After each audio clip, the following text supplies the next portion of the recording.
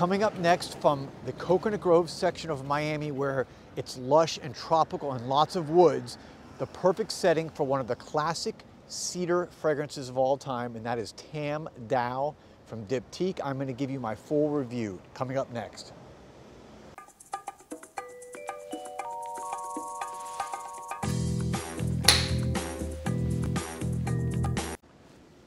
Welcome back, everybody, to Joel the Nose. And again, I'm coming to you live from Coconut Grove in Miami. This is one of the oldest neighborhoods in Miami. As you can see, it's very lush, it's very tropical. There's lots of woods and tropical hardwoods, and you're right on the ocean. The water, literally the ocean, is just right on the other side of these trees. And it's one of my favorite parts of Miami. I come here all the time. I live right in this area, so pretty much, I don't know, it's just very special. So it's also the perfect setting, I think, today for the review of Tam Dao by Diptyque. And I did a video recently where I did kind of a quick first impression of Tam Dao. It's one of the legendary cedar fragrances. Cedar happens to be one of my definitely top 5, probably top 2 or 3 fragrance notes, especially for the base notes. To me, it mixes very well with my skin. It's very kind of warm. It also mixes very well, for example, with amber, and it's just something that I love. So Tam Dao was a fragrance that I'd been wanting to try for a long time, actually a couple years, and I had never gotten my nose on it until the last few weeks. And at the Tam Dao boutique at the Brickell City Center in Miami, I was there. I've been there a lot in the last few weeks, and they gave me a sample, a decant. I don't even have it with me, but you know, it's just like a standard kind of spray decant bottle. And let me get right into this so you guys can hear what I think about Tam Dao. This was released in 2013, and by the way, I am testing the Eau de Parfum, the EDP version. There is an EDT version. Obviously, it's a little bit lighter, but I wanted to go for the EDP and see how that worked for me.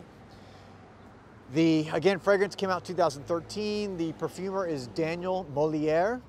Again, this is Diptyque, the French niche boutique.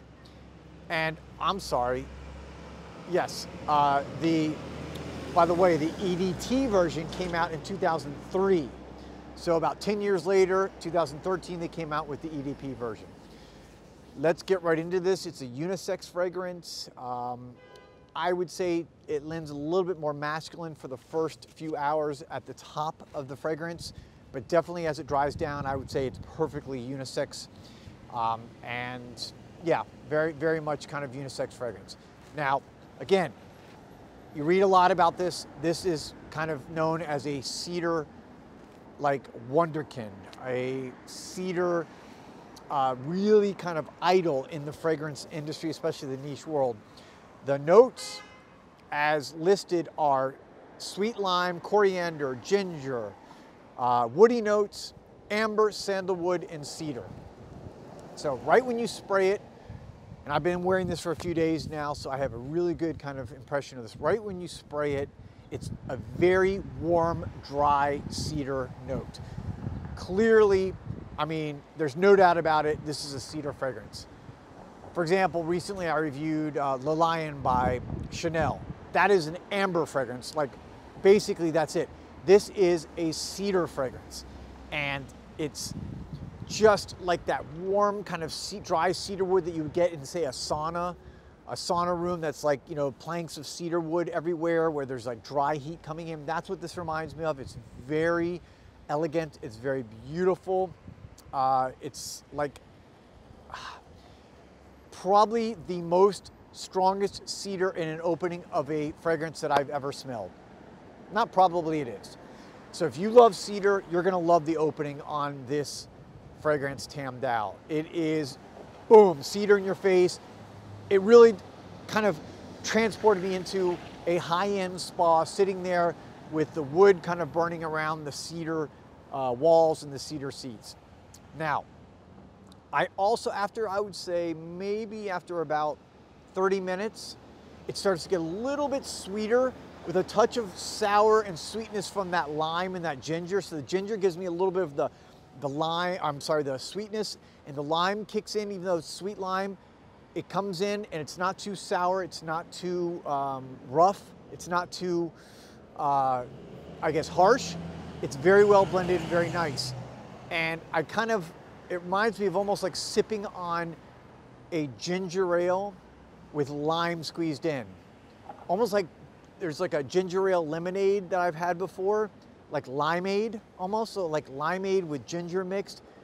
Very, not very sweet, very creamy, elegant, not too sweet, not too harsh, very nice. I think this is a fragrance, by the way, that's great for cooler weather. So a lot of you are still in cool weather right now. I think this is a great fragrance. In the summer, I can see where maybe it gets a little bit for people who don't like, you know, really intense woody fragrances. It may be a little bit intense at that time. I'd say it's mostly a warm weather fragrance, but very nice mix. Now, what would I say? The dry down definitely, for me, actually becomes a little bit, I've been, again, wearing this all day. It's a little bit more ambery, and you do get, after about 2 hours, the sandalwood kind of kicks in. You get this like powdery sandalwood fragrance, which is really nice. It's a little bit creamy, which I like from sandalwood. To me, this is like a classic sandalwood fragrance. It gets a little creamy, a little powdery, and then the amber also kicks in, and so it's kind of warm from the amber, a little bit sweet. The cedar to me kind of starts to die down. So the cedar, I don't get so much in the base as much as it is at the top in the middle. It's still there. This is clearly a cedar fragrance, but it becomes in the dry down more of an amber sandalwood fragrance. It's nice. As far as projection, I get about an hour and a half of really good projection, and then it kind of starts to, you know, lay down into more of a skin scent. Very nice skin scent, but it's not, for me, a projection beast if that's what you're looking for. And I almost get a little bit of a vanilla in the dry down because it gets a little bit sweet, like a vanilla amber note. I don't know if amber is actually in the fragrance. It's not listed from what I can see, but I do think it has some vanilla amber in it. Again, decent projection, not great, but decent projection. As far as longevity, I get about 7 hours on this. So some of you may have a little bit of an issue with that. Again, that's my skin. You got to test it out because everybody's skin is different. Your pH, your oils are different. It reacts differently with different people, but I got about 7 hours. Now, the EDT, by the way, I get about 6 hours.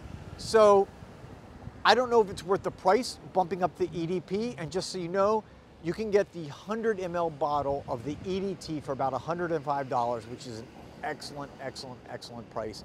And the EDP version is 75 milliliters, and it's roughly $180 approximately. So you're paying almost double, and I don't see significantly better performance. I think the EDT gives you excellent performance, and for the price, I personally would recommend the EDT version. You get more, it's a lot less, and you still get high, high quality niche fragrance.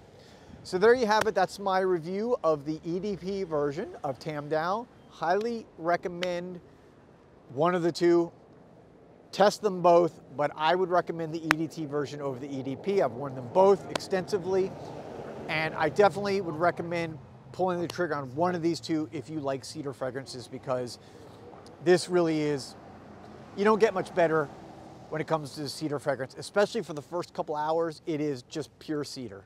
It's lovely. So this is JoelTheNose coming to you again from the Coconut Grove section here in Miami. Please, if you haven't already subscribed, consider subscribing, and you can ring the bell for notifications, and you can like the video. Hope everyone's doing well, staying warm. I'll be back soon with another video, and I'll say peace and love.